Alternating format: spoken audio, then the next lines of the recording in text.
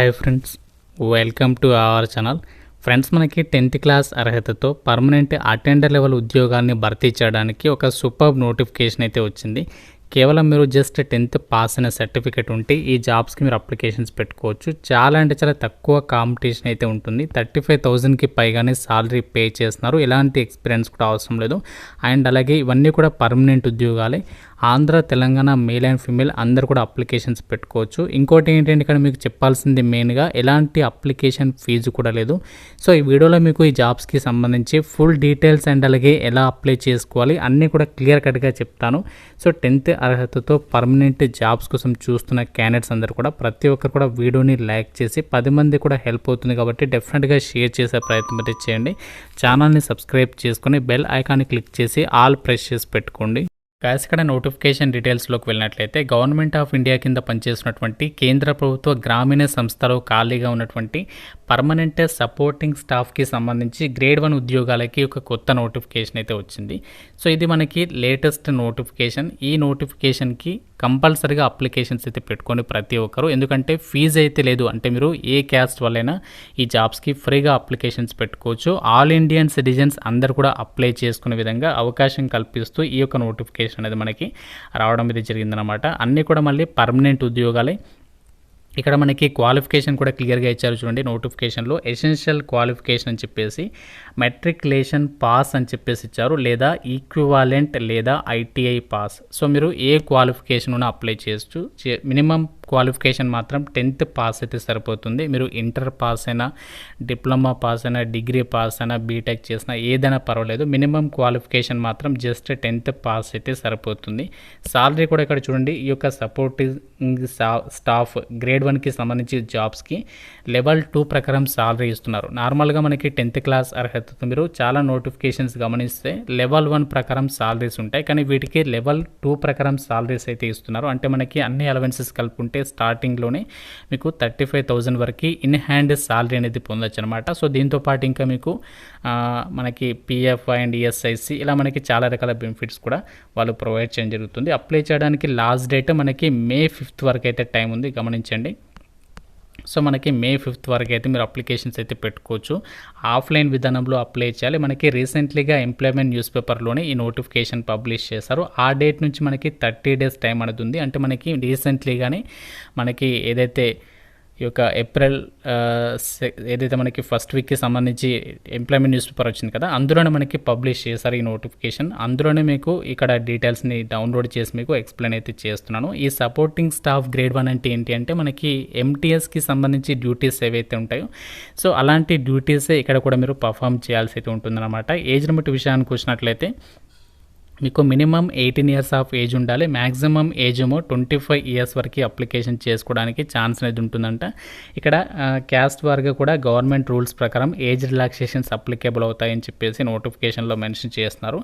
Selection process వచ్చేసి ఎలా ఉంటుందంటే ఇక్కడ చూడండి, only screened candidate will be called for written test or interview అని చెప్పేసి ఇచ్చారు. సో మీకు సెలక్షన్ అనేది ఎలా చేస్తారంటే అప్లికేషన్స్ పంపిస్తారు కదా అందరూ పోస్ట్ ద్వారా.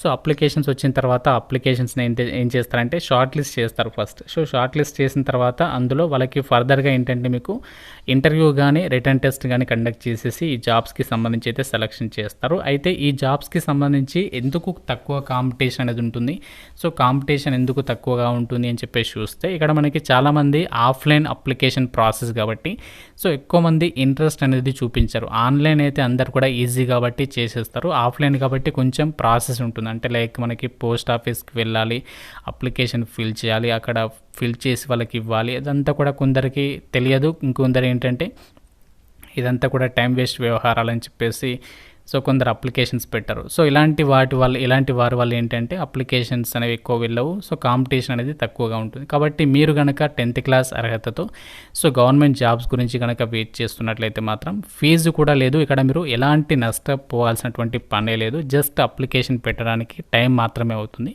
సో మీరు ఆలోచించుకొని అప్లికేషన్స్ అయితే పెట్టుకోండి. ఇక్కడ మనకి అప్లికేషన్ ఫామ్ నోటిఫికేషన్లోనే ఇచ్చారు. 4th పేజీలో ఉంది అప్లికేషన్ ఫామ్. ఇది మీరు ప్రింట్అవుట్ తీసుకోవాలి. మీ దగ్గరలో ఉన్నటువంటి ఏరియా నెట్ సెంటర్ వెళ్ళండి, లేదంటే మీ సేవకి వెళ్ళండి. ఈ ఫామ్ అనేది కావాలి, ప్రింట్అవుట్ అంటే ఇస్తారు. సో తీసుకొని ఇది ఫిల్ చేసేసి ఇక్కడ మీరు ఫోటోగ్రాఫ్ అనేది అతికించేసి మొత్తం కంప్లీట్గా అప్లికేషన్ ఫామ్ అనేది ఫిల్ చేసేసి మనకి 2 పేజెస్ మాత్రమే ఉంది, పెద్ద కష్టం అయితే లేదు. జస్ట్ 2 పేజెస్ అనేవి ఇచ్చారు. ఈ 2 పేజెస్ అనేవి మొత్తం కంప్లీట్గా ఫిల్ చేయండి, పెద్ద కష్టం లేదు. మళ్ళీ చెప్తున్నాను, బేసిక్ డీటెయిల్స్ అడిగారు, అంటే నేమ్ ఏంటి, date of birth, age, email address, so ఇలా ఉన్నాయి కాబట్టి ఎవరైనా సరే ఫిల్ చేయొచ్చు.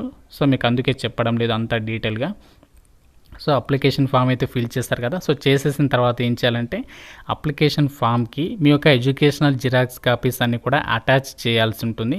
సో చేసేసి ఏం చేస్తారంటే మీరు ప్రతి జిరాక్స్ కాపీ పైన మీ సిగ్నేచర్ అనేది చేసేసేసి దాన్ని ఏం చేయాలంటే మనం ఇక్కడ ఇచ్చినటువంటి అడ్రస్ ఉంది కదా, ఇక్కడ పిన్ కోడ్ బోల్డ్ లెటర్లో కనిపిస్తున్నాయి కదా, వీటికి ఏం చేయాలంటే ఈ అడ్రస్కి మీరు పోస్ట్ ఆఫీస్కి వెళ్ళేసి అప్లికేషన్స్ అనేవి పంపించాలి.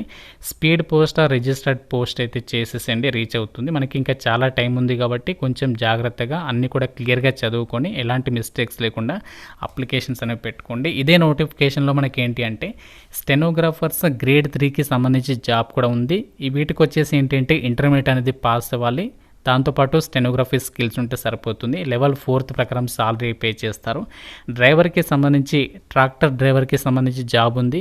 10th క్లాస్ పాస్ అయి ఉండి డ్రైవింగ్ లైసెన్స్ అనేది ఉన్నట్లయితే అప్లికేషన్ చేసుకోవచ్చు అనమాట. సో చాలామందికి ఉంటుంది ట్రాక్టర్ అక్కడిక్కడ ప్రైవేట్లో వర్క్ చేస్తూ ఉంటారు కదా, సో వాళ్ళకి మాత్రం ఇది ఒక బెస్ట్ ఆపర్చునిటీ అని చెప్పుకోవచ్చు. ఈ నోటిఫికేషన్ మనకి ఎక్కడి నుంచి వచ్చిందంటే గవర్నమెంట్ ఆఫ్ ఇండియా కింద సంబంధించినటువంటి కృషి విజ్ఞాన కేంద్ర, అంటే ఇది మనకి అగ్రికల్చర్ డిపార్ట్మెంట్ కిందకైతే వస్తుంది. కృషి విజ్ఞాన కేంద్రాలు వచ్చేసి ఆల్ ఓవర్ ఇండియా వైడ్గా ఉన్నాయి.